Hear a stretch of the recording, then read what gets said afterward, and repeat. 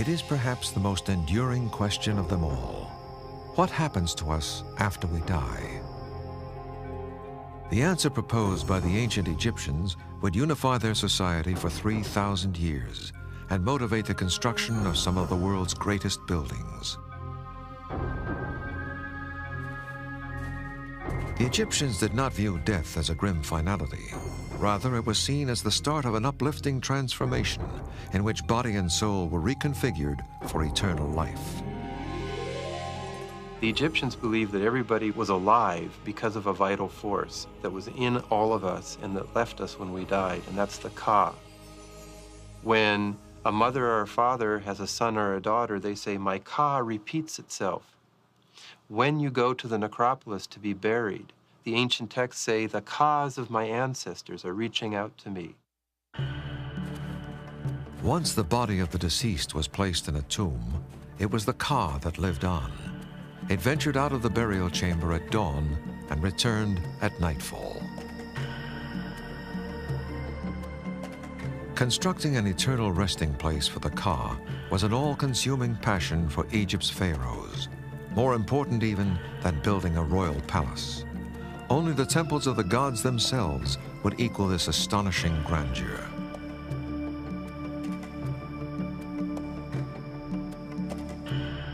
This glorious legacy rose from modest beginnings, bricks made of mud scooped from the banks of the Nile.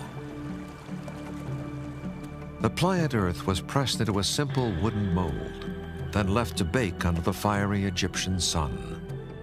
Even built of this humble material, Egypt's earliest tombs offered a hint of the wonders to come.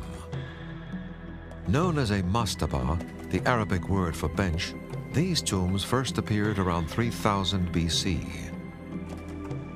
Eventually, mastaba builders smoothed the recesses out of the walls, leaving just a niche on the east side. There, relatives or funerary priests could bring offerings for the Ka of the dead. The placement of the niche on the east side was no accident. To the ancient Egyptians, the rebirth of the Ka was an eternal cycle, like that of the sun. Every night, the great disk plunged to its death in the west. Yet each dawn, it came to life in the east. In like manner, the Ka was born anew each morning, and it found life-sustaining offerings on the east side of the mastaba. The basic idea of an Egyptian tomb is some kind of superstructure above the ground that is accessible to the living, where they can come and leave offerings, and the burial chamber beneath the ground that is permanently inaccessible to all but the spirit of the deceased. This Egyptian mastaba was reconstructed inside the Field Museum in Chicago, Illinois. Though built of stone, it displays all the elements of its mud brick predecessors. It was originally the tomb of a prince named Unis Ankh, the son of a 5th dynasty pharaoh. The rooms and courtyard above ground were accessible to the living. Here, offerings would be left for the Ka of the deceased prince. Permanently sealed in a subterranean burial chamber was a sarcophagus. Inside, the mummified body of Unis Ankh. The focal point of the entire tomb is found above ground in the offering chapel. Here, the world of the living and the realm of the dead actually touch. This sacred junction is known as the false door. In an inner chamber of the tomb, there was a dummy door made out of solid rock, but the door didn't open. You see, it was a dummy door, but it was here that offerings were given, food offerings, sometimes called ka'u, for the Ka of the deceased. It was here that they communed with the deceased through chanting and incense and offerings. Very often, a statue or an image of the deceased person was placed in that doorway in the position of walking out, to represent that the person's soul is now contained in that image and is moving from the netherworld into this world in order to receive offerings that the family or anyone else might bring to it. During the reign of the earliest ruling families or dynasties, mud brick mastabas were used for most burials. However, they had one significant flaw: impermanence. Bricks were vulnerable to the elements and to local farmers who coveted the rich Nile mud as fertilizer. Many of these ancient buildings either crumbled away or were plowed back into the earth. If Egyptian kings were building for eternity, they would need a material that could stand the test of time. Around 2650 BC, during the reign of a third dynasty pharaoh named Djoser, stone architecture made its dramatic first appearance. This sprawling 37-acre funerary complex juts from the desert at a place called Saqqara. It was enclosed by a wall more than 1 mile in length. Rising boldly within was a step pyramid some 200 feet high, the first monumental stone building in the history of the world. It's much, much larger than any monument that came before it. No question about it, by a factor of 3 or 4. It's a huge increase in size, and it is built entirely of stone. 3.5 miles of hallways, shafts, and storage chambers were quarried out beneath the compound. The subterranean labyrinth included an astonishing total of more than 400 rooms. The monument was the work of Djoser's chancellor, a high priest named Imhotep. His fame reverberated through the centuries. The Greeks even regarded him as a god. Among Imhotep's many innovations was the depiction in stone of a sacred enclosure known as the Divine Booth.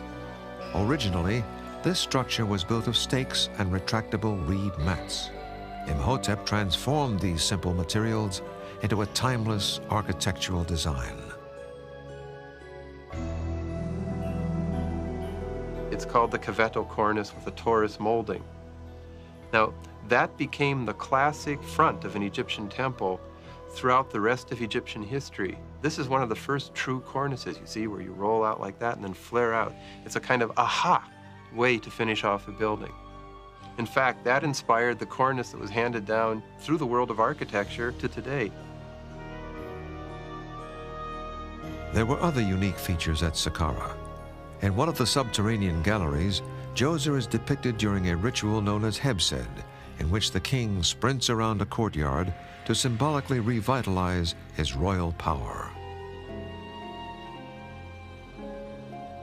A large Hebsed court was indeed laid out next to the step pyramid. However, it is unlikely that Djoser ever ran here, at least while he was alive. This giant complex was built for Djoser's use after his death. Many of the buildings, if not all of them, in the Djoser complex were dummies. They're like a Western stage set or a Hollywood stage, in that you have these models of buildings with beautifully carved facades, but inside the building is just filled with debris. There's no real inside to the building whatsoever. It was a big special effect, a sacred special effect. The effect they were trying to achieve was to set Djoser up in the afterlife. This statue was part of the special effect. It was placed in a sealed room near the pyramid's northern face. Djoser's Ka would emerge through it from the netherworld, perhaps to run the Hebsed and assure his eternal reign. Though Imhotep's daring monument was a tremendous achievement, there were a few reminders that stone construction was still a new art. The masonry blocks are small, roughly the size of mud bricks, suggesting Imhotep wasn't yet prepared to wrestle with giant hunks of limestone. There was one other sign of Imhotep's uncertainty. Almost all the columns are engaged, that is, they're still attached to the walls. So he wasn't sure about yet the ability of stone to support the great weight of the roofs. So he had the columns attached to the walls. Other Third Dynasty kings would copy Djoser's step pyramid, but these structures fell victim to a fatal design flaw. The step pyramids are made out of accretions, big sheets of stone like the skins of an onion. and they lean against a central core. And the stones are laid on courses or beds sloping down in towards the pyramid. Apparently, the Egyptians believed this increased structural stability. In fact, it decreased the stability. The peculiar physics of these sloping tiers generated fierce internal stress, pushing both down and away. Under such pressures, the lower blocks separated from the core, and the step pyramid collapsed. It would take a new generation of builders to finally perfect the art of monumental stonework. When we return, the Fourth Dynasty pushes the pyramid skyward, beyond anything seen before.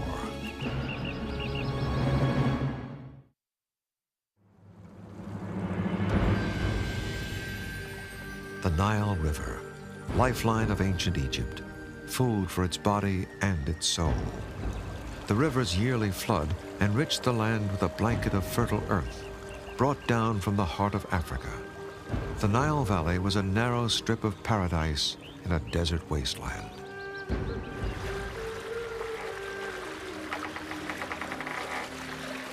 Here, the willing soil yielded all manner of produce to feed the greatest civilization of the ancient world.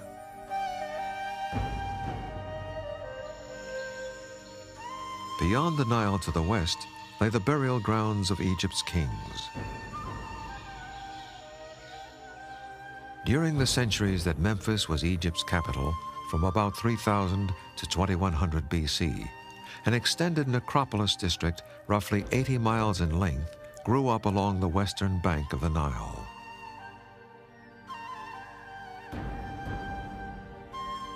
All told, the kings of Egypt constructed some 90 pyramids. Today, most are little more than crumbling ruins. Snefru, the first pharaoh of the Fourth Dynasty, began his reign around 2575 BC. He would pave the way from the stepped to the smooth-sided true pyramid. It wasn't an easy road. This was once a pyramid. It stands at a place called Meidum on the west bank of the Nile. Snefru originally built it as a 7-step pyramid, then enlarged it to 8 steps. Late in his reign, he filled in the steps to form a true pyramid. Its stark appearance today may be evidence of severe structural failure, or simply the disrespectful work of time. This is the earliest of Snefru's pyramids. He then goes a bit farther north to a place called Dashur, and he builds what's called the bent pyramid. And the bent pyramid is very interesting because when you look at it in profile, it is bent.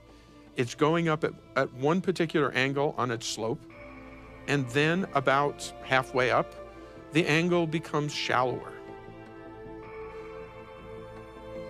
Nobody had yet built a true pyramid. Snefru's architects were literally learning on the job. When large cracks and shifts developed inside this pyramid, they greatly reduced its angle of ascent from 54 to 43 degrees. The structure held together. In building the bent pyramid, Snefru made a simple but crucial discovery. Laying blocks in horizontal rather than sloping layers or courses resulted in a structure that was as solid as bedrock. The first horizontal coursing, when they stopped putting the stones like this, is said to be in the upper part of the bent pyramid. Certainly the North Pyramid, it's all horizontal coursing. While the bent pyramid was being completed, Snefru started yet another tomb at Dashur. It is known both as the North Pyramid for its location and as the Red Pyramid for the distinctive color of its limestone blocks. This time, Snefru built from the ground up at 43 degrees. This time, Snefru erected a picture-perfect true pyramid, the first one ever built. Snefru and his architects can also take credit for inventing the corbelled vault, a clever way to outwit limestone's inherent weakness in spanning large spaces. They bring the sides of the chamber in at a certain height for that course of stones, and then they set the next course of stones in a little bit more, and the next course higher up in a little bit more, and in a little bit more, until finally they close it up at the top. Egypt's long and glorious tradition of building with colossal stone blocks began with Snefru. His stonemasons developed ways to quarry and transport unwieldy slabs weighing thousands of pounds. There were different techniques for quarrying depending upon the sort of stone. If it were a hard stone, like diorite or granite, or a soft stone like limestone. In any case, it was a lot of work. For the soft stone, they could use saws and chisels made out of annealed copper, and later period they would use bronze tools. The dimensions of the block were first marked out on the raw stone. Then narrow spaces, known as separation trenches, were cut between the blocks. Quarry workers chiseled under the block as far as they could reach, then pried out the stone using heavy wooden levers. In certain locations, the Egyptians were forced to burrow beneath the surface to reach veins of solid stone fit for building. These were called covered quarries. Masons first had to carve a crawl space to the back, then cut a small trench to work in. Stooping here, they would chisel out the rock. The superior grade of limestone used as finishing or casing stones on most pyramids came from a place called Tura, near modern-day Cairo. Tura was a covered quarry, and because of the difficulty in extracting it, Tura limestone was among the most expensive of materials. Some builders tried to get it at a discount. You have two options. One, you can go to Tura and you can quarry the stone, or two, you can go to a pyramid and you can take off the conveniently quarried stones that have already been used. The place where you would start to remove these stones naturally is the corners. The most tortuous quarrying job of all was hammering out the slabs of granite used for statues, roofing beams, and obelisks. The numbing hardness of granite rendered metal tools utterly useless. Workers used pounding balls made of durable stone like dolerite to slowly beat down the granite, chip by chip, day after day. It must have been terrible. Dusty, choking, hot. Their hearing must have been ruined with the incessant pounding of these balls. I don't think that people that did this kind of work lived very long. 40 was the average age of death in ancient Egypt, and these people must have died a lot sooner. Egypt's granite quarries were located in the south at Aswan. Many of the gigantic blocks had to be transported some 600 miles north to the necropolis district of Memphis. The principal way of moving heavy weights, up to 1,000 tons, 700 tons, 110 tons, from the quarry to the building site was by boat, probably by a transport barge. And the principal way of moving heavy weights overland was probably dragging them on sleds or sledges over a lubricated surface. The unsung hero of monumental Egyptian building is rope. Not a single block or sculpture could have been moved without it. Rope is a subject of extreme interest to archaeologist Donald Ryan. An avid rock climber, Ryan uses modern nylon ropes whenever he feels like ambling up a near vertical cliff. He has also studied ancient cordage and can make rope from raw papyrus stalks just the way the ancient Egyptians did. In trying to replicate the making of rope from papyrus, I've had to depend on scenes found in tombs that actually show the ancient Egyptians making rope. In one particular tomb scene, it shows not only the men in the swamp making the rope, but it also shows their tools, including a mallet that can be used to pound the stalks. So when I was making rope out of papyrus, I pound the stalks, and what that does is separates the fibers. and puts them in a state where they can be twisted. It is these tough fibers that make papyrus an ideal material for rope. An ancient tomb relief suggested how one person might hold the pounded stalks in order to make them into a single cord. The fibers are gathered and then twisted into strands. What gives the cordage integrity is when those strands are then combined by twisting them in the opposite directions. That's what produces the rope. And then in turn, one or two ropes might be combined together to produce a larger rope that's even stronger. The colossal statue shown on this tomb painting towered more than 2 stories high and weighed some 60 tons, the kind of load that put handmade ropes to their severest test. The painting reveals a few other tricks of the trade. These workers carry what is called a sleeper, a length of wood that will be sunk into the ground to provide a hard surface for the sledge to ride on. Water or oil, perhaps even milk, was poured on the sleepers to lubricate the path of the sledge. Above, a man described as the artist of the tomb waves incense offerings to sanctify the task. The foreman stands on the statue's knee, clapping out a rhythm to coordinate the workers' efforts. It was the diverse talents of scribes, architects, stonemasons, shipbuilders, rope makers, and countless manual laborers, unified by the commanding personage of the pharaoh, that brought the pyramids into being. Within the reign of Sneferu, you have the full development from step pyramid to true pyramid. Unfortunately, we're in a period where written records don't really exist. So why he did this, we have no idea. Sneferu remains an intriguing mystery.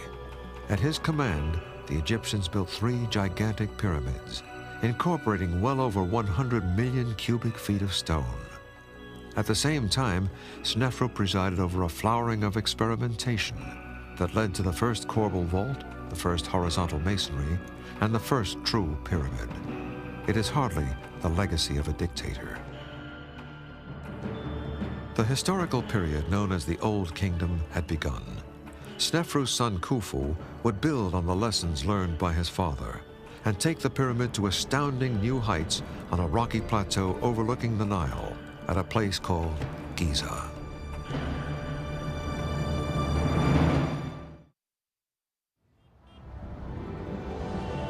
New York has the most, at least half a dozen. Chicago has 3. Milwaukee had one of the first soaring structures that for a brief but memorable time held the title of world's tallest building. However, for most of recorded history, only one building dominated the world's skyline, the tomb of the pharaoh Khufu in Giza. Nearly 500 feet high, Khufu's pyramid was the tallest building on the planet for more than 4,000 years. Khufu's immense stone tomb is the northernmost of 3 large pyramids erected on the Giza Plateau, across the Nile from modern-day Cairo. Building it was like moving a mountain. Workers carved more than 2 million blocks from the bedrock of the Giza Plateau, then hauled them 300 yards to the building site. There they mounted the bedrock skyward, forming the pyramid.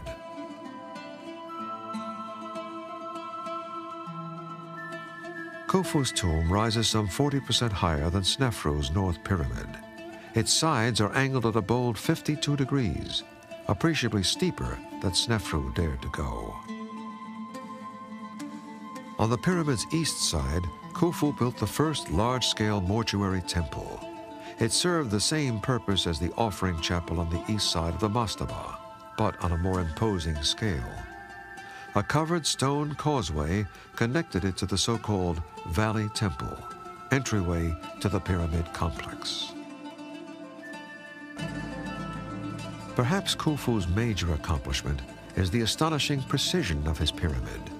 the entire 13-acre base is leveled to within 7/8 of an inch. The lengths of its 4 sides vary by less than 2 inches, and each side aligns with one of the 4 cardinal directions. And in fact, those sides not only face north, south, east, and west, they face them with remarkable accuracy. They were not sloppy about it. The accuracy of alignment is high and intentional. No one knows how Khufu's architects achieved such precision. We are left to marvel and speculate, basing our assumptions on later periods in Egyptian history. For alignment with the cardinal directions, builders probably looked to the stars. Among the scenes carved on New Kingdom temples more than 1,000 years after Khufu was this ceremony known as the stretching of the cord. The pharaoh and a goddess are shown marking out the temple boundaries with stakes and a rope. We also know from the texts that accompany these depictions that the stars were used to do this. In fact, the Big Dipper, the stars we know as the Big Dipper, were part of the process. What we don't know is what was the detail of this. According to one theory, the Egyptians pinpointed true north through a simple process, beginning with the construction of a level, circular wall. While inside the circle and looking in a northerly direction, observers track a single star, marking its rising and setting on the wall. Drawing a line halfway between these 2 points is dead-on true north. A pyramid built on this axis will be aligned with the cardinal directions. Tracking stars and laying out pyramid plans was probably done by scribes or priests, not kings. If the pharaoh did participate, it was almost certainly a purely ceremonial act after the real surveying had been completed. This kind of ritual still takes place in modern society. It's not done exactly the same way. I mean, you don't get the mayor out there with a woman dressed up like an Egyptian goddess and a couple of poles and a loop of rope, but you do get a bunch of dignitaries out there with spades, digging a hole in the ground that's already been surveyed and has already been planned, and for which we already know where we're going. For measuring distance, tomb paintings indicate that the Egyptians used nothing more than a long cord, knotted at regular intervals.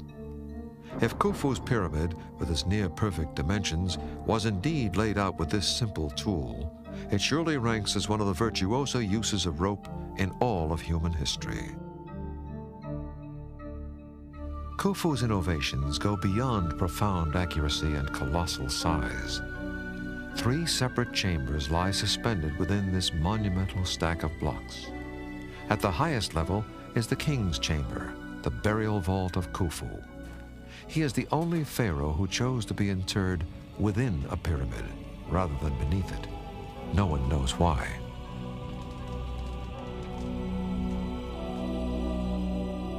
The chamber is built of perfectly joined slabs of polished red granite. The broken corner of Khufu's sarcophagus is almost certainly the work of robbers who plundered the tomb in ancient times. Above, 18-foot granite beams reach across the width of the room, the largest distance yet spanned by Egyptian builders. Hidden above the ceiling is an ingeniously designed, weight-relieving structure. They built a series of chambers, one on top of another, at the same floor dimensions as the king's chamber, separated by a single course of granite or limestone. They then put pented limestone beams so that the weight of the pyramid pushes down like this. So this whole accordion-like construction was a way to resolve the problems of the biggest pyramid in the world weighing down on the burial chamber. And they succeeded. But there are some cracks in the roofing beams of the king's chamber, so there was some diciness to it. The entryway, originally hidden under limestone blocks, was supported by 2 pairs of massive pented beams. The sheer magnitude of the Great Pyramid has led to endless speculation about Khufu. One of the earliest accounts comes from the inquisitive historian Herodotus, who visited Egypt in the 5th century BC. Khufu had already been dead for some 2,000 years, but his reputation for tyranny lived on.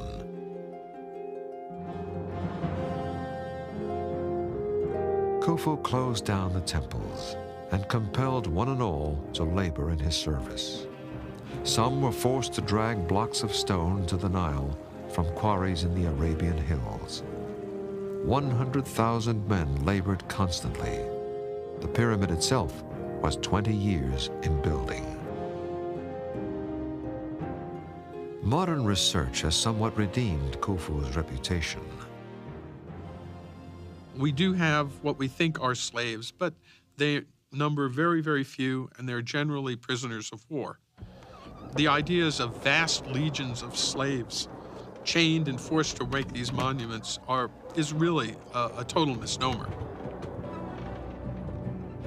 Many Egyptologists now believe that a core group of skilled workers, such as masons, scribes, and architects, tended the construction year-round.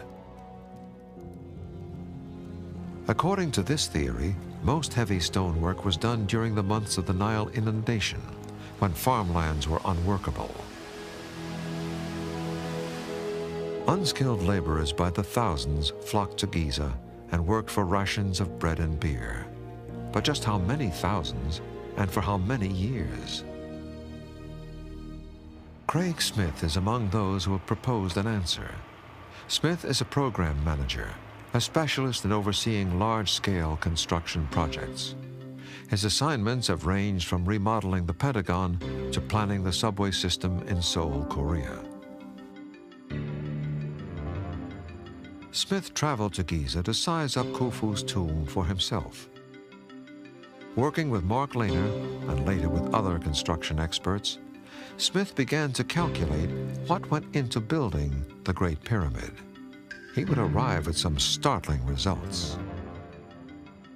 We started looking at it and using the tools that a modern program manager would use, which involves, first of all, what we call a work breakdown structure, which is just a way of looking at all the different tasks that make up any complex project.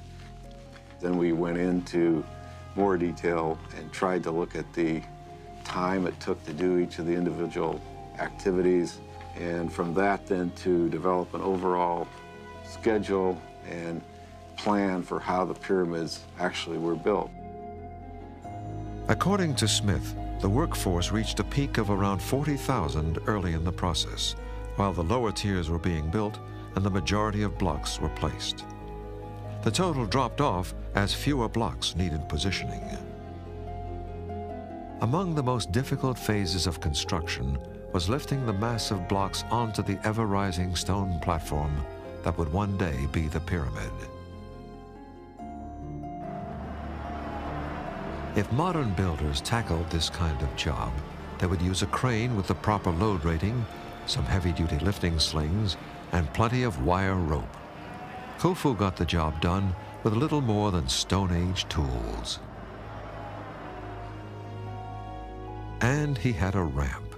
Most experts believe that an inclined plane of 10 degrees or less, built of rubble and other scrap material, was the Egyptians' secret weapon for lifting blocks from ground level onto a pyramid. However, there were some important constraints. First of all, it was very clearly obvious to us that they didn't build one giant ramp up to the top of the pyramid, because a quick calculation will show you that takes more volume, more materials, and more labor than it takes to build the pyramid itself. So we had envisioned a model where they built a ramp up to the third of the height up. That was sufficient to get more than half the blocks in place. And then from then on, with a smaller number of blocks, we envisioned ramps that circled around the construction, were built off of the pyramid itself, and enabled them to proceed up that way and finish it. Once the core blocks were in place, stonemasons installed the pyramid's shell of Tura limestone. They worked from the top down, removing the ramp as they descended. Smith's calculations suggest that this gargantuan effort may have been completed in far less time than was previously suspected. We believe that from our model, the construction was actually completed in about 10 years. As I look back on it, I marvel at their ability to do such a tremendous project. It's really been done to a precision that would challenge modern builders today. Khufu's Great Pyramid has inspired awed appreciation since ancient times and ensured that his name will be remembered, perhaps for eternity. It is one of the wicked ironies of history that the only known statue of Khufu is this small ivory figurine that would be over its head in a pickle jar. Khufu died in 2528 BC. Under subsequent pharaohs, the pyramid would decline in size and quality, a symptom of the king's dwindling power. Egypt was headed for a chaotic breakdown that would last more than 100 years.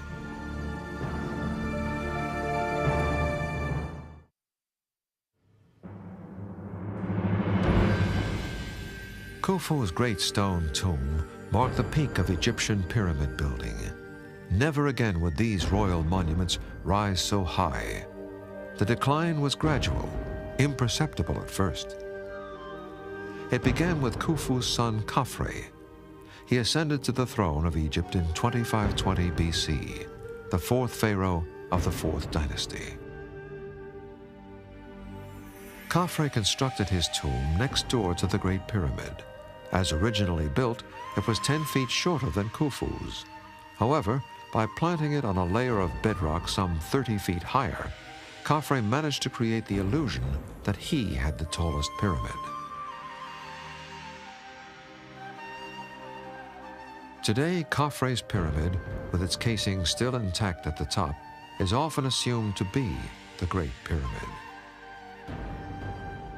The Giza Plateau was host to yet a third generation of royal burials. But the tomb built here by the pharaoh Menkaure was less than half the size of its colossal neighbors. And few of the pyramids to come would reach even this modest height. In the later Old Kingdom, especially in the 5th and 6th dynasties, pyramids became very standardized. The burial chamber was no longer ever up in the body of the pyramid. It was always down close to ground level, and the pyramids were smaller. The mortuary complex on the east side of the pyramid burial vault had now become a regular feature of the royal tomb. Once the king's body was secreted within the pyramid, the mortuary temple became the site of ongoing rituals and offerings. These ceremonies would assure the pharaoh's eternal life, but only if they were faithfully performed forever. The 5th dynasty pharaoh Unas wasn't taking any chances. He introduced a new Egyptian building custom designed to take the uncertainty out of eternity. Wall-to-wall funerary prayers, known as the pyramid texts. Here were spells, incantations, hymns, laments, and litanies, surrounding the pharaoh's body like a protective veil. They empowered the Ka to achieve eternal life, and they didn't need a priest in order to work their magic. They were effective simply by their presence. It's generally believed that the inscriptions that were put inside were copied from papyrus rolls that originally had been used in recitation at funerals and religious rites earlier. But it's only relatively late that they decide to put them on the walls to perpetuate them. The tombs of scribes, overseers, military leaders, and other members of the elite were also filled with images and text. Much of the decoration recites the tomb owner's accomplishments and virtues to show themselves worthy of entering the next world. Tombs, as well as statues and almost anything that was paid for by the person planning their afterlife, would have long inscriptions that were undoubtedly composed, at least in concert with the tomb owner. Clearly, that person wanted to have some control over what that monument stated about him or her. This was their last, and in fact, one of their most important comments about themselves that they were making. In modern times, the deceased are still memorialized with inscriptions. However, the messages on these tombstones are far shorter than those of ancient Egypt, and few people plan to write their own epitaph. Most people aren't planning on dying, so they don't even think about that. It's the wishes of the loved ones that put on there, and sometimes it's just a simple beloved husband and father, beloved wife and mother, just a normal description showing who's left. A lot of people like to show the loved one's interest by putting a design on the marker, for example, a fishing pole for a fisherman, some other item like that. However, on rare occasions, a marker design is prepared in advance by the deceased. The lady that had passed away, she had drawn a very nice sketch of a large umbrella and her whole family under the umbrella, all the kids, and then we took that sketch and then engraved it into the stone. And of course, naturally, that made the loved ones very happy to be able to do that. I mean, it was really personal. In ancient Egypt, family members were perhaps the most frequent subject for funeral stelae, carved stone tablets placed in the tomb. Here, deceased parents look back from the netherworld as their daughter brings offerings that will sustain them in the hereafter. In the private household, as in the great household of Egypt, proper ritual ensured order and prosperity. However, around 2150 BC, the Egyptians' orderly universe came crashing down. Written records depict a cataclysmic failure of the Nile, the once mighty flow choked into a freakish river of parched earth. Crops failed, and starvation drained the vitality out of Egypt. The Old Kingdom withered away under a succession of weak pharaohs. Civil wars flared as local rulers carved the Nile Valley into rival fiefdoms. The social discord is reflected in some funeral stelae of the period. Gone is the tranquil contemplation of an eternal afterlife.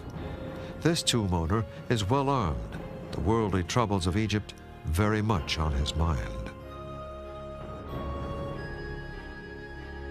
A warrior prince from the south named Mentuhotep reunited the country in 2040 BC, opening the period known as the Middle Kingdom. Mentuhotep moved Egypt's capital to his native Thebes and built his funeral complex across the river at Deir el-Bahri. Even lying in ruins, Mentuhotep's tomb can be seen as an obvious break with the pyramid tradition. An elegant terraced structure, it was probably derived from a funerary building style developed by the local rulers of Thebes. These Theban tombs had a broad courtyard sloping to the west, where a row of columns and a burial vault were hewn into bedrock.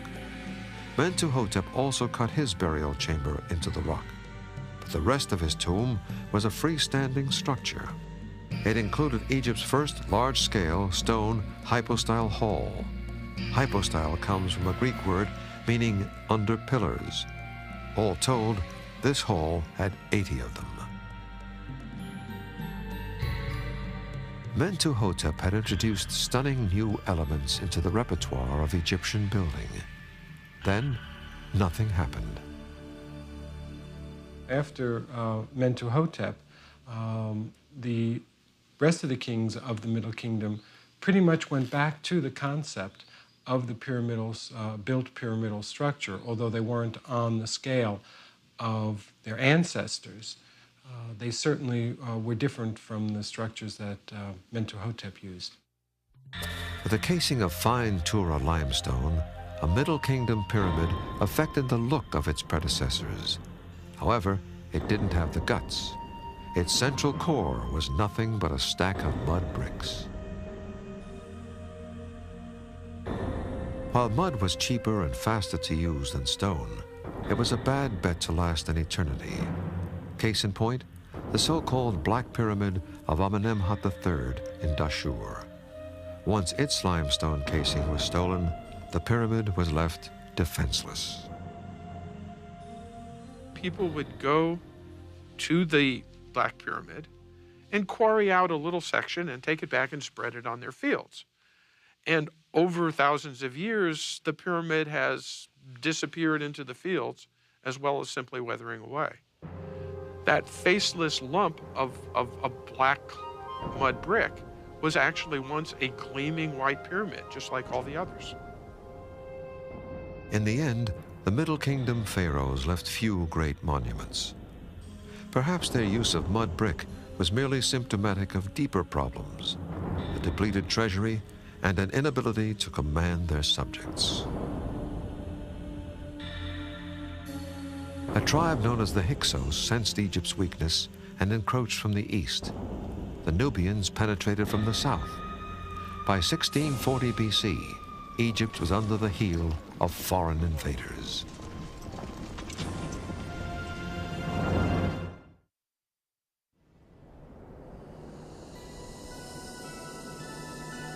Once the greatest nation on earth, by 1650 BC, Egypt had become the property of strangers. The Hyksos ruled in the north, the Nubians in the south. The next 100 years was a time of weakness and subservience, known as the Second Intermediate Period. It was a confident Theban ruler named Amosa who finally pushed the foreign rulers out of Egypt around 1550 BC. But Amosa didn't stop at Egypt's borders. He marched his troops into the neighboring kingdoms and brought them under his control.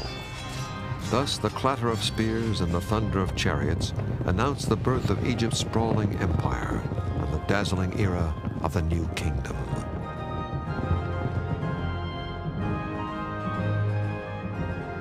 Now in control of their own destinies, this new line of pharaohs, the 18th dynasty, re-examined the tombs of their predecessors. Nearly all had been plundered, the mummies desecrated. As a design for royal tombs, the pyramid was finished. However, the burial vault and mortuary chapel, the two essential elements dating back to the mastaba, would continue in the New Kingdom. They would just be dramatically repositioned. For the first time, the burial vault would be separate, located far from the mortuary temple. The royal mummy would be hidden in a rugged desert canyon west of Thebes, the Valley of the Kings.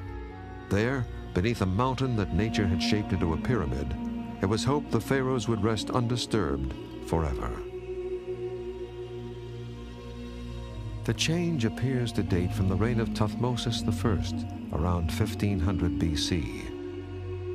The tomb of his architect Aneni contains this inscription, taking credit for the radical innovation. I built the tomb in the mountains, no one seeing, no one hearing. I hid it. And from that time on, in the New Kingdom, you have the burials in the Valley of the Kings. The Valley of the Kings may still hold some secrets, but already more than 50 tombs have been discovered here. These vaults were cut directly into the limestone bedrock and show great variety in their arrangement of corridors, stairways, shafts, and chambers. The sarcophagus containing the mummified body of the pharaoh was placed in the tomb's innermost chamber. This is normally in the westernmost part of the tomb also, the direction that's associated in the ancient Egyptian mind with death. The rest of the tomb is an avenue, a corridor, almost a birth canal, if you want, for the spirit to come out of when it is reborn in the morning. A few architectural plans for these tombs still survive. This drawing includes room descriptions and dimensions. The Egyptian unit of measure was the royal cubit, the distance from Pharaoh's elbow to the tip of his middle finger. A cubit usually equaled about 20 inches, but it varied from reign to reign, depending on the size of the king. The tomb builders lived apart from other commoners in this walled enclave called Deir el-Medina. During most periods, 60 workers and their families lived in this town. These men had all sorts of special prerogatives. Their job was to build the royal tombs. As a result, they had tremendous support staffs, people who would bring water, who would do the fishing for them, who would grow the vegetables, because they were then left free to do what they did best, which was build the royal tombs. The first recorded labor strike in history was staged during the reign of Ramses III by the tomb builders of Deir el-Medina. When their wages didn't arrive, they dared to quit working on the pharaoh's tomb and march into the offices of his chancellor to demand payment. The incident of the strike is actually written down in official records. I mean, it was reported to Pharaoh. Your best workmen are striking, and I'm sure he was quite irritated about the whole thing, not so much with the workmen, but the people who were responsible for getting them their salaries and their wages, because these are the people who made the royal tombs, and nothing was more important to a pharaoh than that tomb where he was going to live and survive for eternity. The workers were paid, and Ramses III got his tomb. Like the other New Kingdom pharaohs, Ramses also built a separate mortuary temple, where priests could perform the rituals necessary to sustain him in the afterlife. These funerary monuments were built within a few miles of the Valley of the Kings, across the Nile from Thebes. The temple of Ramses III at Medinet Habu is among the best preserved. Nearly all New Kingdom temples were designed with a similar layout. Medinet Habu is a perfect example. The temple faces the world with an imposing facade, known as a pylon gateway. It is the signature architectural form of the New Kingdom, just as the pyramid was for the Old Kingdom. The entryway through the pylon creates a ritual and architectural axis that leads into the temple. Behind the pylon lies an open courtyard bordered by pillared hallways. In some cases, as at Medinet Habu, there are two such uncovered areas. Beyond these courtyards, the temple structure was originally overlaid with roofing beams. Here in the deepest recesses of the mortuary temple was the focal point of the axis, a shrine containing the statue of a god. Those mortuary cults were actually amalgamated with the cult of a god. And the god is Amun-Ra, who is the great god of Thebes and of the empire. So those temples are actually built in honor of a form of Amun-Ra with which the dead king is identified. And that's how the dead king ensures his regeneration. Besides time and geography, one central belief separates the temples of ancient Thebes from the various temples active in America today. When you think of a modern church or a mosque or synagogue, this is a place where people go to worship. When you go to an ancient Egyptian temple, you're looking at something different. You're looking at the home of the god. The outer part of the temple, with its pylon facade and its court, if it's accessible to the public, it's only accessible on limited numbers of days. As you go farther back into the temple, you're actually going into areas that are more and more exclusive.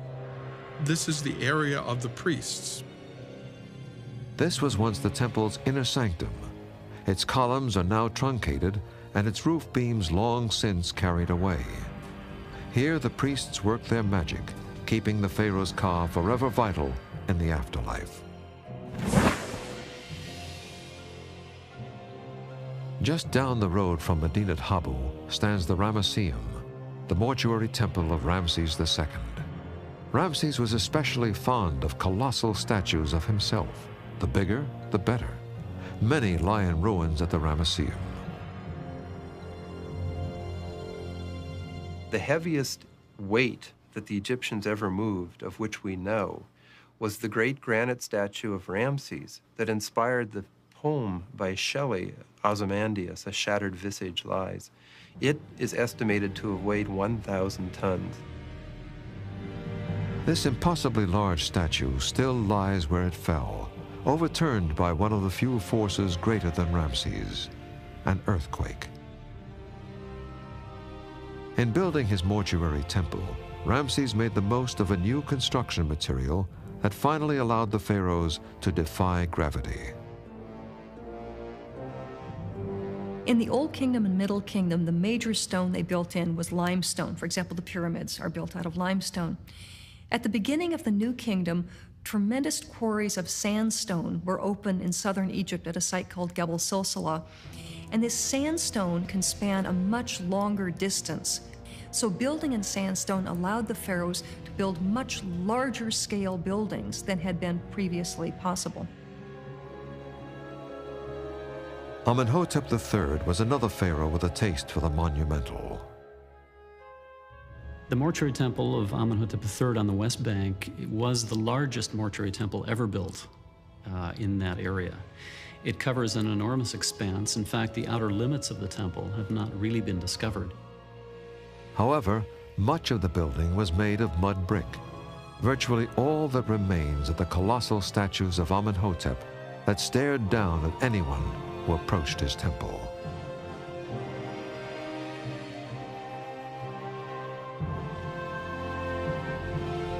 The oldest surviving mortuary temple holds court at a place called Deir el-Bahri, just over a ridge from the Valley of the Kings. Clearly inspired by the tomb of Mentuhotep, which lies just to the south, this stately temple was built by Hatshepsut, the most powerful female ruler in Egypt's history. Indeed, Hatshepsut referred to herself as a king and built some of Egypt's greatest royal monuments. The temple at Deir el-Bahri that Hatshepsut built was in many ways a very unusual temple for its time. Even if you walk up to the temple today, you can see that it stands in two great levels. These are two enormous terraces that she partially built and partially excavated into this rocky cliff on the west bank of Thebes. Each terrace is fronted by an elaborate portico, and in the center, a ramp gives access from terrace to terrace. And then finally, several sanctuaries that are cut into the cliff itself, the central one being for the god Amun, and a separate one for Hatshepsut, and a third one for her father. Now, leading up to this temple was an enormous causeway that was originally lined with sphinxes of Hatshepsut along the way. Some of the tools that may have been used to make those granite sphinxes found their way into the archaeological collection at Johns Hopkins University in Maryland. I'm holding in my hand a wooden hammer that was used by the ancient Egyptian builders 3,500 years ago to build the temple of Queen Hatshepsut in Thebes. It was found there among things that were left by the builders, and you can see how well used it actually was. This is a stone made of basalt, one of the most dense materials that you can find in ancient Egypt, and so they would use something like this that would actually break granite. So what you see here are very well used and actual implements used by the ancient Egyptian builders. Hatshepsut and the other New Kingdom pharaohs did more than build for their own immortality. Egypt was now an empire, its storehouses overflowing with tribute from conquered nations. Egypt's kings apparently felt indebted to Amun-Ra for their victories, and they showed their gratitude by building him the biggest temple complex the world has ever seen. When we return, the Temple of Karnak, mansion of an imperial god.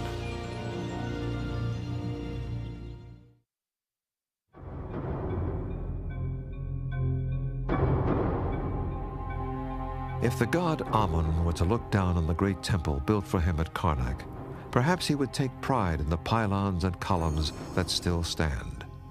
Or perhaps he would mourn the loss of so much beauty to the unceasing rub of time.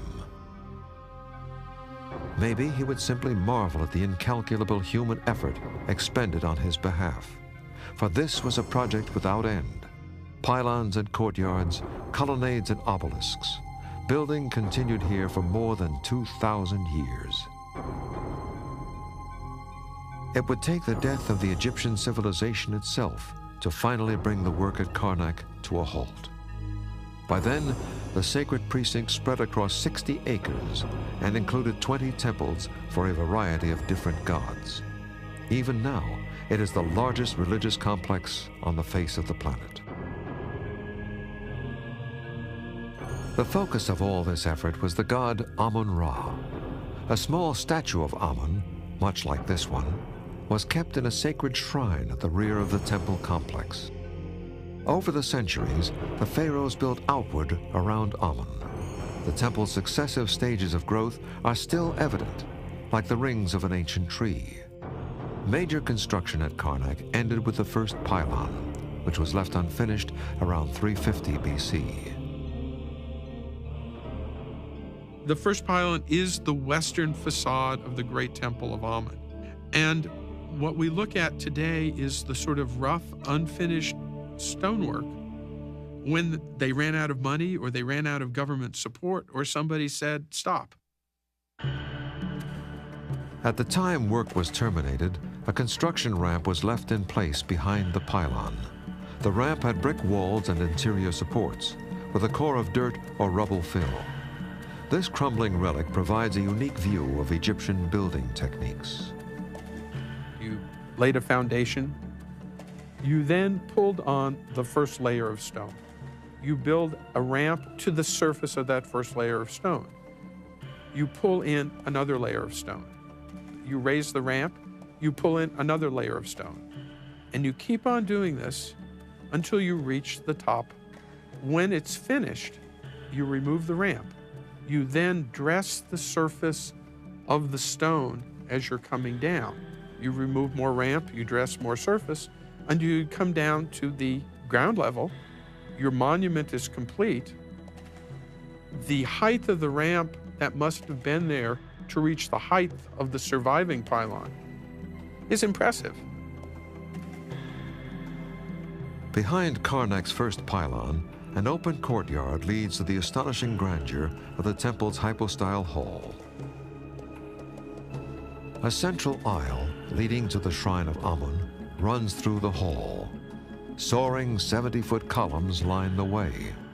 Beyond them, forests of still more columns, neatly arranged in rows.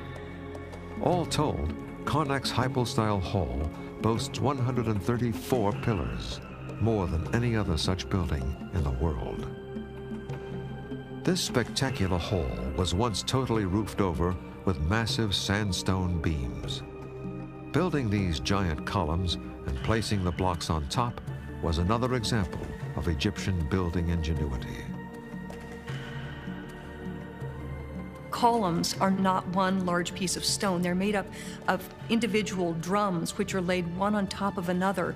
Now, as they were building, rather than using scaffoldings, they actually filled the room with dirt and rubble, raised the floor level to create a working platform so they could move the next layer of stones onto the columns. Workers built a ramp and dragged up the roofing beams. Then they began removing the rubble underneath, exposing the rough columns. Masons dressed the surfaces and cut in designs. Removing more dirt lowered the floor level, and the bottom drums were carved. The process was repeated until the pillared room was done. Karnak's hypostyle hall was built the old-fashioned way, block by block, tier by tier. However, the pharaohs also indulged in a curious custom known as usurpation, the shortcut way to get a building or monumental sculpture. Normally, when a king finished a monument, he would cover it with inscriptions, and among those inscriptions, he would prominently include his name as the builder of the monument.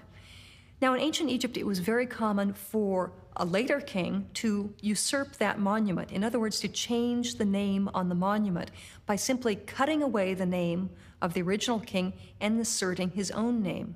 Because in ancient Egypt, to put your name on something really was truly to claim ownership of it. Though some pharaohs took steps to avoid being usurped, this sleight of hand was actually acceptable in the Egyptian concept of kingship. Once the pharaoh came into the office of kingship, which was in fact divine, he then was the king who had existed before and would exist in perpetuity. So every building that had been built actually belonged to that king who now was in office.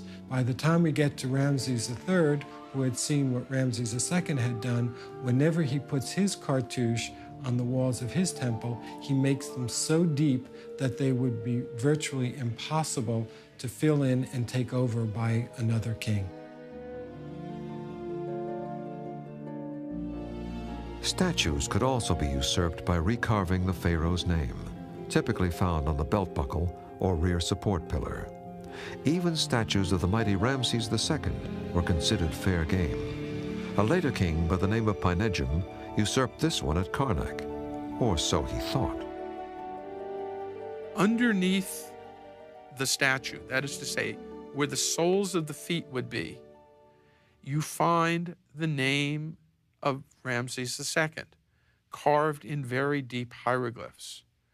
And he put that there so that should anyone else come and erase his name from the back pillar or take it off his belt buckle, they would probably never to think to look under his feet. So that while common people might think this is Pinedjem, the gods would still see that this is a statue of Ramses II. Occasionally, a king would exact a more lethal toll on a predecessor's work. The results can be seen at Karnak. The temple is one of the few to have a second ritual corridor, this one entering from the south.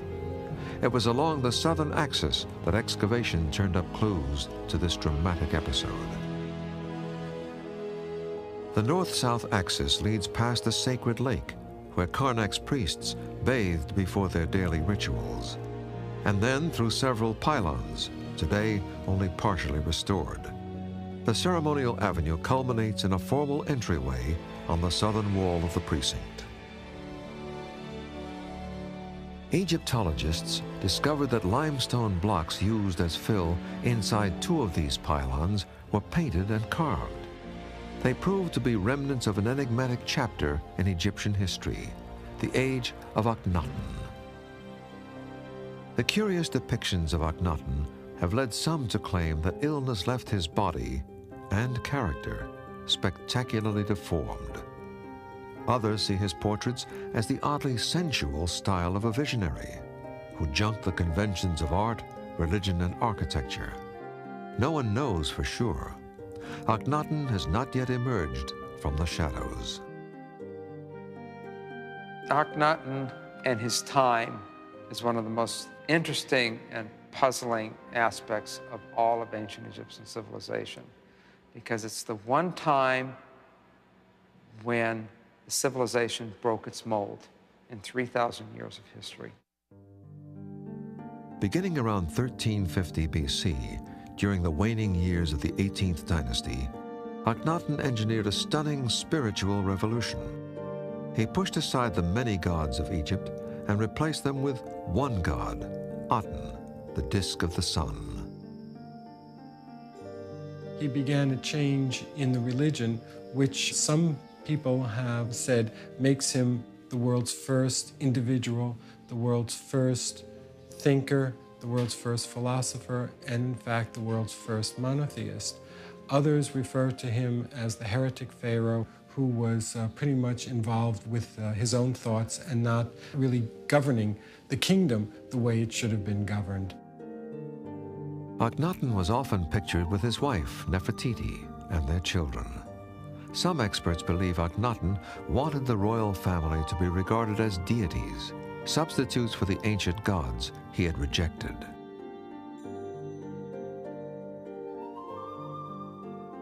At the height of his religious fervor, Akhenaten abandoned Thebes and constructed an entirely new capital 150 miles north. He called it Akhenaten, horizon of the sun disk. Here, Akhenaten could build his religious beliefs directly into stone. He decreed that temples be constructed with open or broken lintels. This design ensured that nothing would block the sun's sacred light.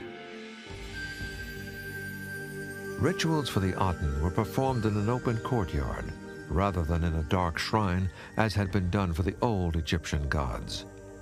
Akhenaten even conducted state business outside, under the full glare of the Egyptian sun. We have a letter from a foreign king to Akhenaten complaining about Akhenaten making the king's ambassadors stand out in the sunlight and saying, basically, if you want to stand out in the sunlight all day and worship your God, go ahead, but don't make my ambassadors do it. In another break with tradition, Akhenaten had his monuments built out of small stone blocks, roughly 20 by 10 by 9 inches. They were easily quarried, transported, and fashioned into walls. Of course, they were just as easy to tear down. Akhenaten died in 1335 BC, and soon after, the old religion was restored. Horemheb, the last pharaoh of the 18th dynasty, ascended to the throne in 1319. He set his sights on the monuments of Akhenaten. It was during Horemheb's reign where all of Akhenaten's monuments were basically destroyed and dismantled. And most of these blocks that were used for building his temples were dismantled and used as filler in the pylons or gateways that Horemheb built at the Temple of Amun at Karnak. When a later pharaoh carved a list of Egypt's kings on a temple at Abydos, Akhenaten was not included. As his successors saw it, he was an abomination who should never have existed.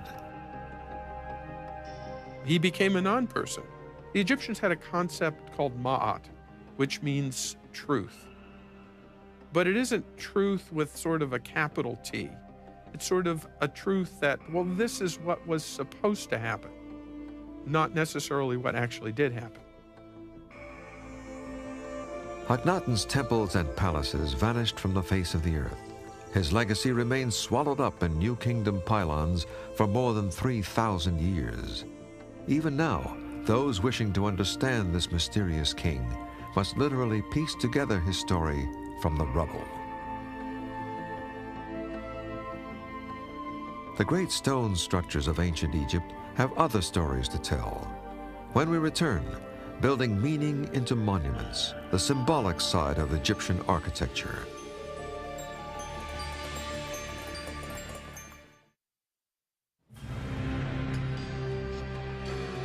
In ancient Egypt, size definitely mattered. The sheer scale of the royal tombs, temples, and statues was calculated to induce a sense of stunned admiration. But there is another dimension to these sacred places. Built into each structure are symbolic meanings that are as important as the foundations upon which it rested. Ancient Egyptian buildings, temples in particular, were simply symbols of the universe in miniature. Sky, earth, flood, harvest. This was the universe or cosmos that surrounded the ancient Egyptians. Royal architects linked their sacred monuments to the cosmos by representing its potent natural forces in stone. The core idea of ancient Egyptian funerary structures is agricultural. When an Egyptian farmer took a seed that was apparently dead and put it into the ground and made a little mound of earth over it, something magical happened. A living thing came from it, a plant. What made this happen in the Egyptians' mind was the god Osiris. Osiris was the force that enabled life to come from apparent death. The mound of earth over a seed is the core idea of ancient Egyptian funerary structures. The body within the tomb is the seed, and the tomb itself, the superstructure, is simply the mound of earth. This agricultural symbol of rebirth was at the heart of every royal tomb, from pyramids and mastabas to the burial vaults in the Valley of the Kings. At the same time, many of these tombs made reference to a second dimension of the cosmos, the heavens. The Egyptians had observed that the stars around the north pole of the sky never dipped below the horizon. They seemed to be the embodiment of eternal life.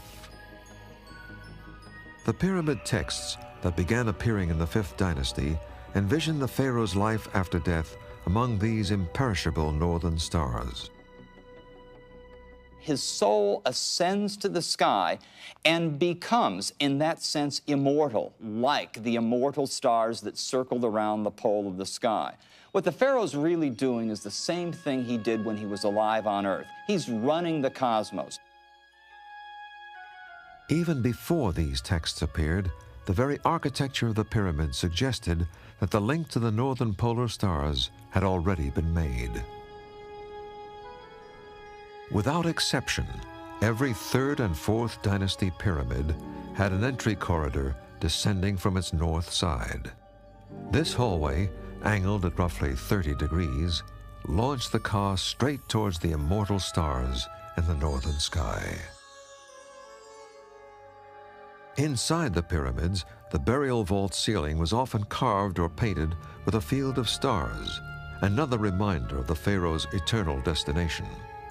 Some even see the design of Djoser's step pyramid as a stairway to his celestial afterlife. But tombs also reflected a third face of the cosmos, the sun. Some say its slanting rays are represented in stone by the sides of the pyramid. The pyramid shape may also be linked to the solar cult that flourished in the city of Heliopolis, long since swallowed up by the desert. A later pharaoh constructed what is believed to be a replica of the Sun Temple at Heliopolis. Its cult figure was a small pyramid-shaped stone, overlaid with gold and perched on a squat podium. Together, they formed an obelisk. The obelisk, like all other architecture in ancient Egypt, is a religious symbol. The top, of course, is a pyramid shape. In ancient Egyptian, it's called the benben. It was a symbol of the sun, which was very important to the Egyptians because the sun was imperishable. It was born each morning, it died each night to be reborn the following day, and so it had the sense of continuity and eternity. There is some evidence that the mysterious Sphinx may also be connected to the cult of the sun. The clues can be found in the ruins of a temple located just in front of the great stone beast. It is one of the few Egyptian temples to have 2 sanctuaries. The form of it suggests that it was a solar temple. These 2 sanctuaries are on the east-west axis of the temple. They happen not to point at the Sphinx, which you might expect, but they point just past the Sphinx, up the plateau. And it's right on that axis that the sun sets at the equinox. The temples of the New Kingdom were built with symbolic references, from the inner sanctuary to the front pylon towers. The pylon or gateway was in the shape of the hieroglyph for horizon, so that the temple itself had cosmological significance, and all the decoration reflected that as well. From the earliest times, the papyrus symbolized Lower Egypt and the lotus Upper Egypt. Their use in art and architecture was a constant reminder that Pharaoh ruled over both lands. Temple columns were often sculpted to resemble a single stalk of papyrus with fronds unfurled. They also appear bundled, with foliage tightly wrapped. In some colonnades, most notably those built by Ramses II, this finely detailed bundling was abandoned in favor of a monolithic appearance. Some have dismissed columns of this style as gouty monstrosities. The lotus can be found in bundled form or carved in bold relief, as on this pillar at Karnak.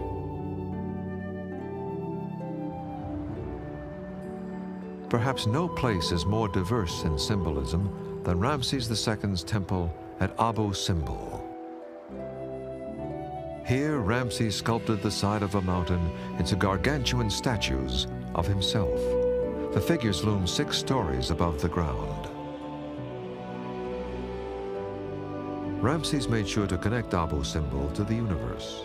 He placed statues of himself and 3 gods in the deepest recesses of the temple at the end of a carefully planned hallway.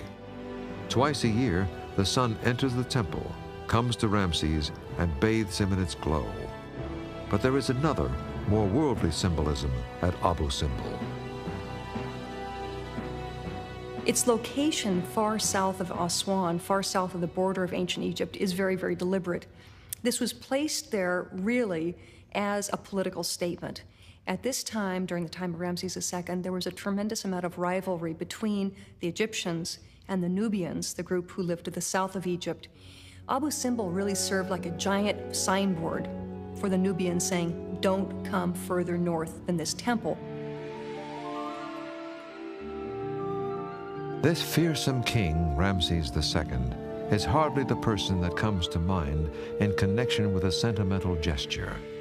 Yet there exists at Abu Simbel a second temple that appears to be just that. It was dedicated to Nefertari, Ramses' first and favorite among many wives and uncounted concubines. It's clearly a sign of his affection for her, and the fact that the facade of the temple has alternating statues of Ramses and his wife, both generally the same size, is another indication of the affection and esteem in which he held her.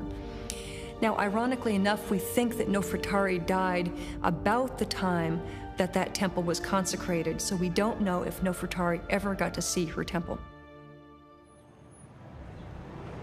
These days, hardly anyone carves a mountain for their beloved. There are, however, still a few architectural references to the cosmos. You just have to know where to look. Here in Los Angeles, sort of the termination of the Hollywood Walk of Fame, there's a little structure that looks like the kid brother to the Eiffel Tower. But in fact, and I think quite without plan, it incorporates the full catalog of cosmological symbolism. It's got 4 women of Hollywood's famous history holding up a dome, like the 4 corners of the earth, the 4 directions hold up the sky. It has a cosmic axis reaching out of that dome up into the heavens, and Marilyn Monroe's up there at the summit presiding like a goddess over the entire cosmos. The pyramid itself, perhaps the ultimate symbol of ancient Egypt, has traveled far beyond the banks of the Nile. When we return, the eternal appeal of Egyptian building.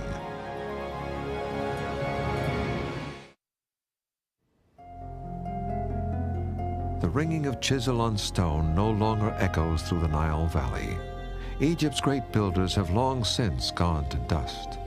However, their inspired designs have become the world's legacy, reborn countless times over the ages. Egyptian themes are often incorporated into modern funerary architecture. Monuments are trimmed with the age-old Cavetto cornice and Taurus molding, or carved with Egyptian symbols. In a Boston cemetery, an ever-vigilant sphinx commemorates the Civil War dead. Across the country, pyramid tombs rise in the shadow of Los Angeles City Hall. Modern builders sometimes revive the form, but not the meaning of Egyptian monuments. How else to explain memorializing George Washington with an obelisk, a symbol linked to the sun god, Re? Up until this century, the mania for things Egyptian could be satisfied by actually carting off a statue or other large-scale relic. The obelisk was perhaps the ultimate souvenir of ancient Egypt. Monumental, exotic, tattooed with hieroglyphs, it was the perfect symbol of this extraordinary civilization. But taking home an obelisk offered something more.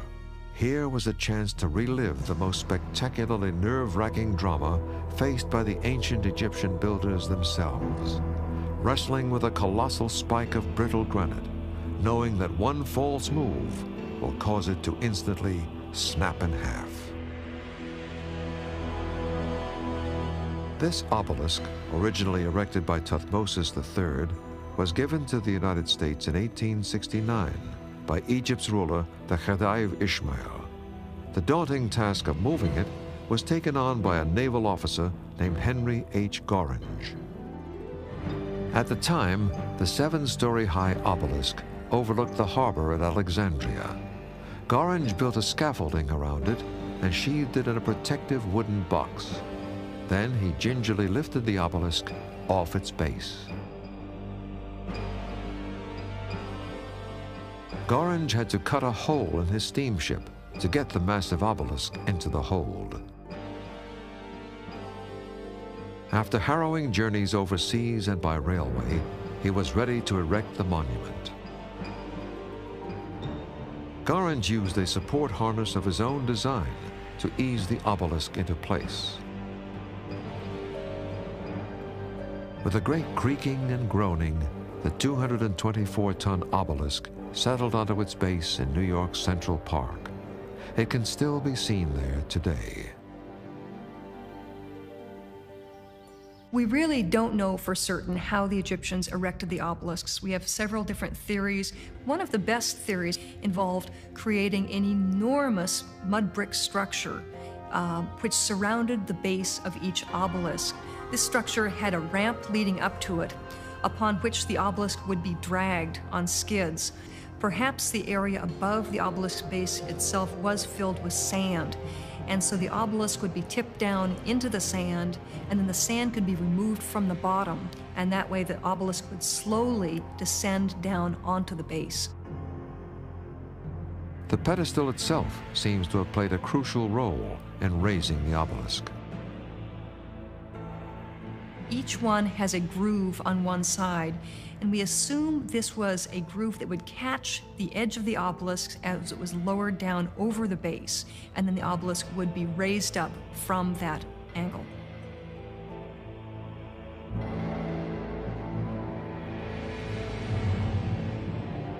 While the Egyptians' building secrets may never be fully revealed, their distinctive style is instantly recognizable and widely imitated. Egyptian designs have transformed everything from corporate office buildings to movie theaters and public zoos. In the late 1960s, imitation turned to action. The construction of the Aswan Dam imperiled dozens of ancient temples in what was once Nubia. Even Ramses II found himself under assault as water inched towards the temple at Abu Simbel. An international rescue team launched a daring mission to save the monument.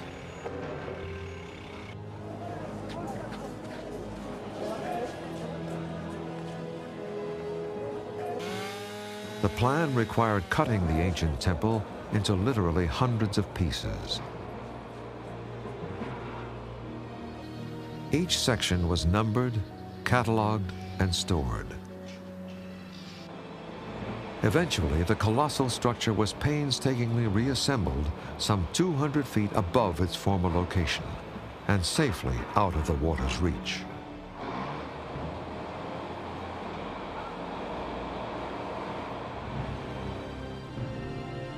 Today, when you go to the temple, you cannot even see the signs of the saw blades that cut this temple into many pieces. It's an absolutely incredible engineering feat, something that probably Ramses II would admire.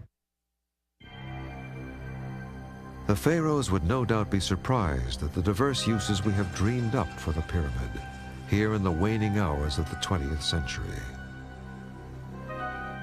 The inside of ancient pyramids were the most exclusive places the Egyptians could build. They were for the mortal remains of the god king. Modern pyramids, on the other hand, are for as many people as you can get into them, for sports arenas, like in Long Beach, for casinos, like in Las Vegas, or sports stadiums like the Memphis Pyramid.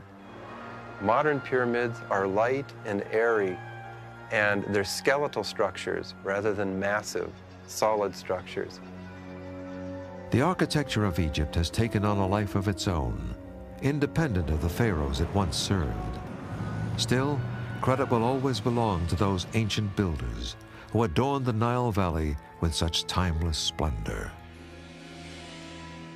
Greatest builder in Egyptian history has to be Ramses II.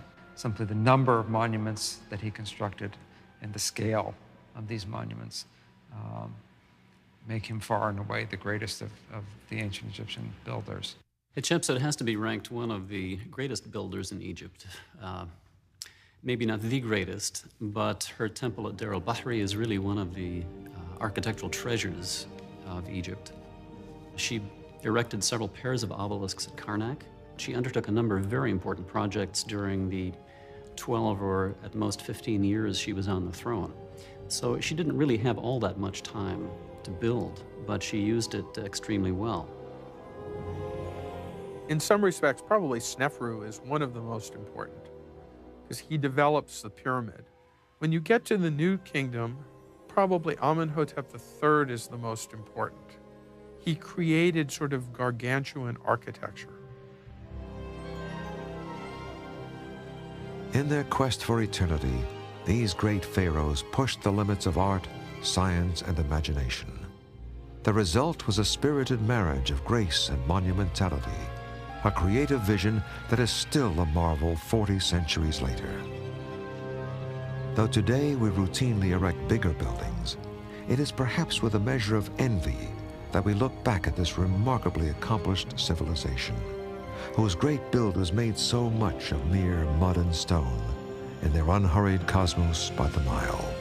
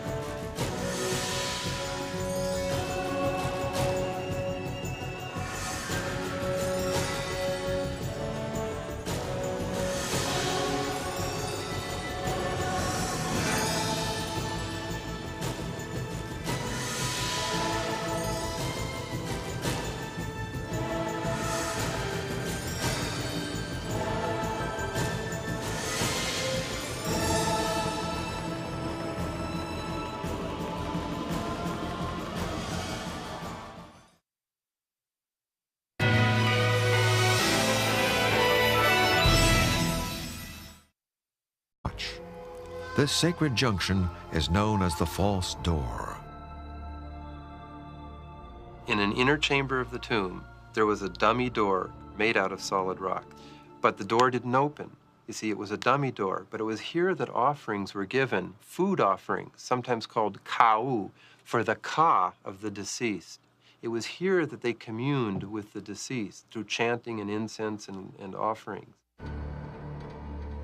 Very often, a statue or an image of the deceased person was placed in that doorway in the position of walking out, to represent that the person's soul is now contained in that image and is moving from the netherworld into this world in order to receive offerings that the family or anyone else might bring to it. During the reign of the earliest ruling families or dynasties, mud brick mastabas were used for most burials. However, they had one significant flaw: impermanence. Bricks were vulnerable to the elements and to local farmers who coveted the rich Nile mud as fertilizer. Many of these ancient buildings either crumbled away or were plowed back into the earth. If Egyptian kings were building for eternity, they would need a material that could stand the test of time. Around 2650 BC, during the reign of a third dynasty pharaoh named Djoser, stone architecture made its dramatic first appearance. This sprawling 37-acre funerary complex juts from the desert at a place called Saqqara. It was enclosed by a wall more than 1 mile in length. Rising boldly within was a step pyramid some 200 feet high, the first monumental stone building in the history of the Arabic word for bench, These tombs first appeared around 3000 BC. Eventually, mastaba builders smoothed the recesses out of the walls, leaving just a niche on the east side. There, relatives or funerary priests could bring offerings for the ka of the dead. The placement of the niche on the east side was no accident. To the ancient Egyptians, the rebirth of the ka was an eternal cycle, like that of the sun. Every night, the great disk plunged to its death in the west. Yet each dawn, it came to life in the east. In like manner, the ka was born anew each morning, and it found life-sustaining offerings on the east side of the mastaba. The basic idea of an Egyptian tomb is some kind of superstructure above the ground that is accessible to the living, where they can come and leave offerings, and the burial chamber beneath the ground that is permanently inaccessible to all but the spirit of the deceased. This Egyptian mastaba was reconstructed inside the Field Museum in Chicago, Illinois. Though built of stone, it displays all the elements of its mud brick predecessors. It was originally the tomb of a prince named Unis Ankh, the son of a 5th dynasty pharaoh. The rooms and courtyard above ground were accessible to the living. Here, offerings would be left for the ka of the deceased prince. Permanently sealed in a subterranean burial chamber was a sarcophagus. Inside, the mummified body of Unis Ankh. The focal point of the entire tomb is found above ground in the offering chapel. Here, the world of the living and the realm of the dead actually complex was built for Djoser's use after his death. Many of the buildings, if not all of them, in the Djoser complex were dummies. They're like a Western stage set or a Hollywood stage, in that you have these models of buildings with beautifully carved facades. But inside the building is just filled with debris. There's no real inside to the building whatsoever. It was a big special effect, a sacred special effect. The effect they were trying to achieve was to set Djoser up in the afterlife. This statue was part of the special effect. It was placed in a sealed room near the pyramid's northern face. Djoser's ka would emerge through it from the netherworld, perhaps to run the Hebsed and assure his eternal reign. Though Imhotep's daring monument was a tremendous achievement, there were a few reminders that stone construction was still a new art. The masonry blocks are small, roughly the size of mud bricks, suggesting Imhotep wasn't yet prepared to wrestle with giant hunks of limestone. There was one other sign of Imhotep's uncertainty.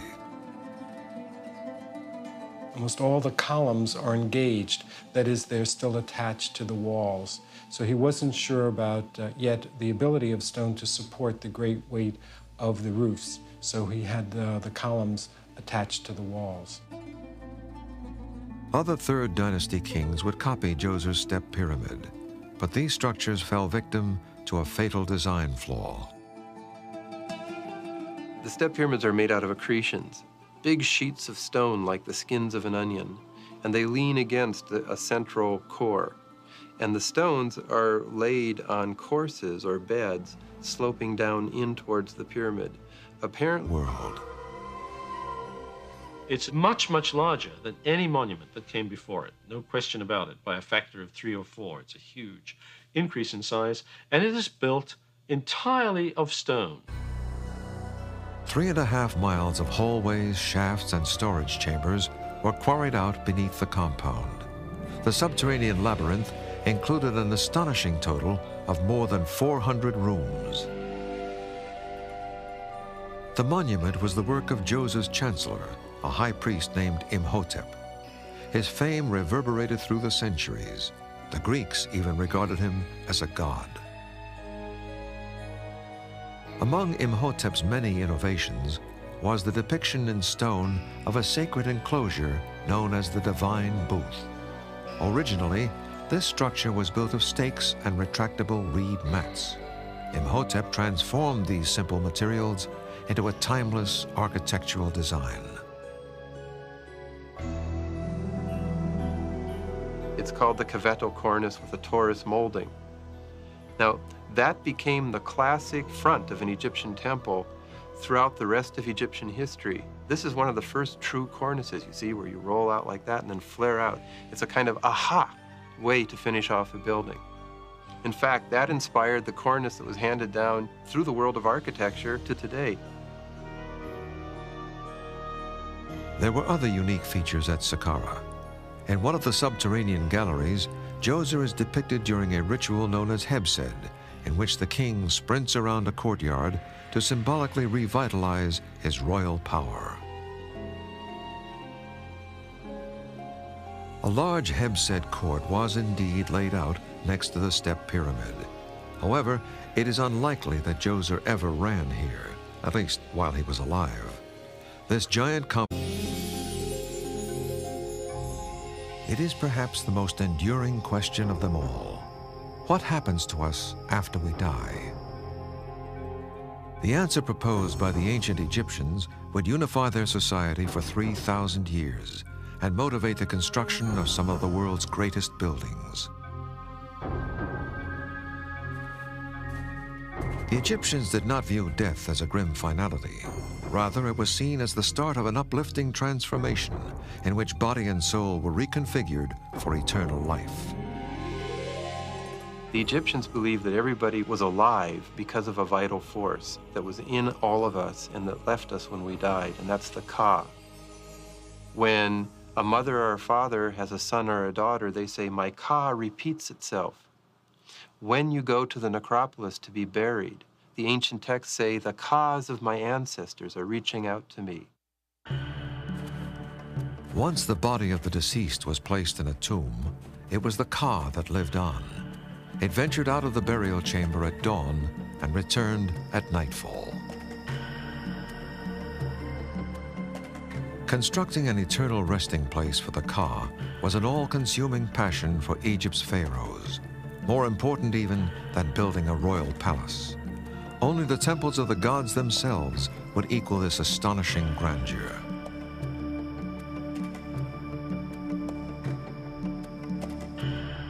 This glorious legacy rose from modest beginnings, bricks made of mud scooped from the banks of the Nile. The pliant earth was pressed into a simple wooden mold, then left to bake under the fiery Egyptian sun. Even built of this humble material, Egypt's earliest tombs offered a hint of the wonders to come. Known as a mastaba,